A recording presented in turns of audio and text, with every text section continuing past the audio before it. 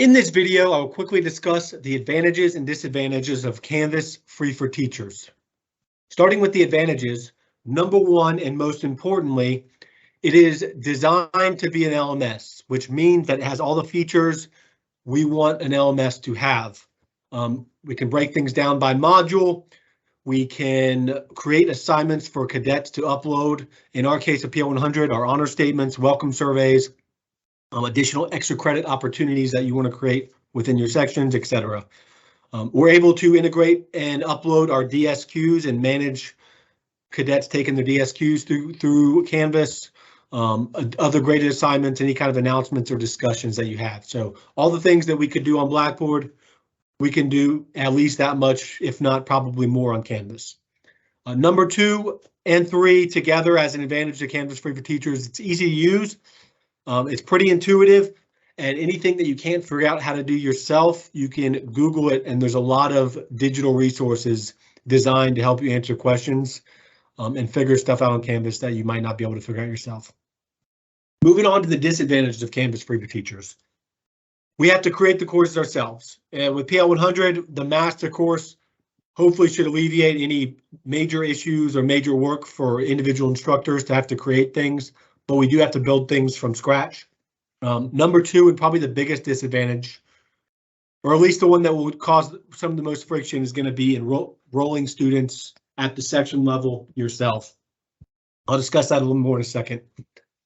Number 3, there's a storage limit of 500 megabytes, which isn't a lot, but most of the items that we have, right, our handouts, our DSQs, are very small in space.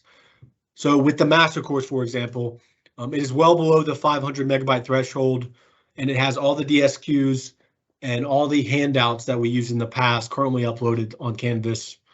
Really, it's going to be videos that takes out the most space. A way to mitigate that is you can actually add video links in free for teachers that doesn't take up any space. It's just a link. Cadets or students will click on that. It will take them to an external player where they can watch the video. Some of the other big disadvantages is there's not a plagiarism checker, so we don't have safe assign. We don't have turn it in for now. And then number 2, we don't have lockdown browser support. So we're not going to be able to administer our WPRs like we have been in the last couple of years through Canvas like we did with Blackboard. We're going to have another way to do it. Next thing I want to quickly discuss is the Canvas breakdown of potential accounts. So this chart you're looking at shows 3 different branches of Canvas. So there's essentially 3 versions that might exist for 23-2. Going from left to right, the first one's free for teachers. Anyone can set up a free for teachers account. It's what we're going to use in PL100.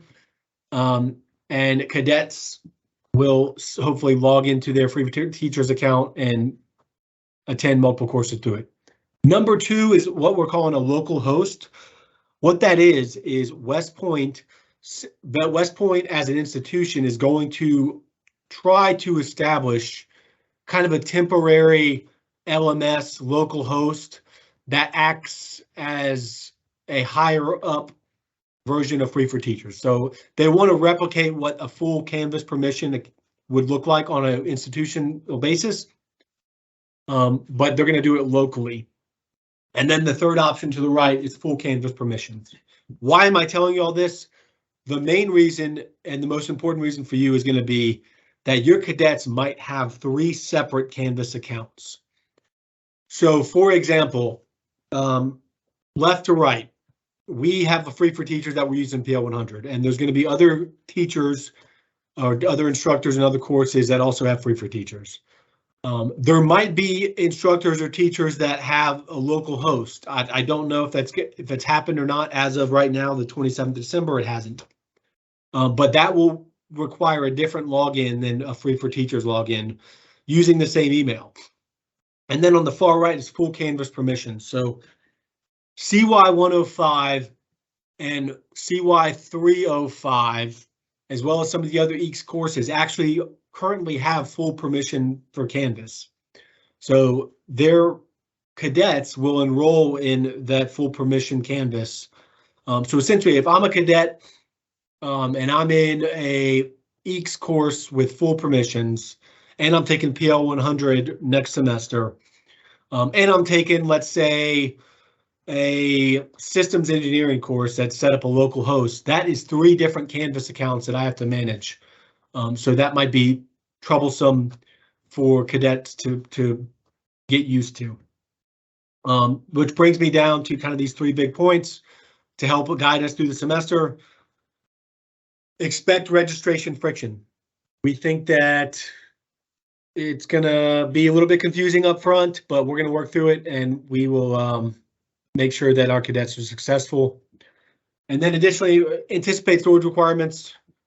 As you manage your own individual Free for Teachers Canvas accounts, just know that you have that 500 megabyte limit. Use links where you can, limit the amount of handouts and storage requirements that you take.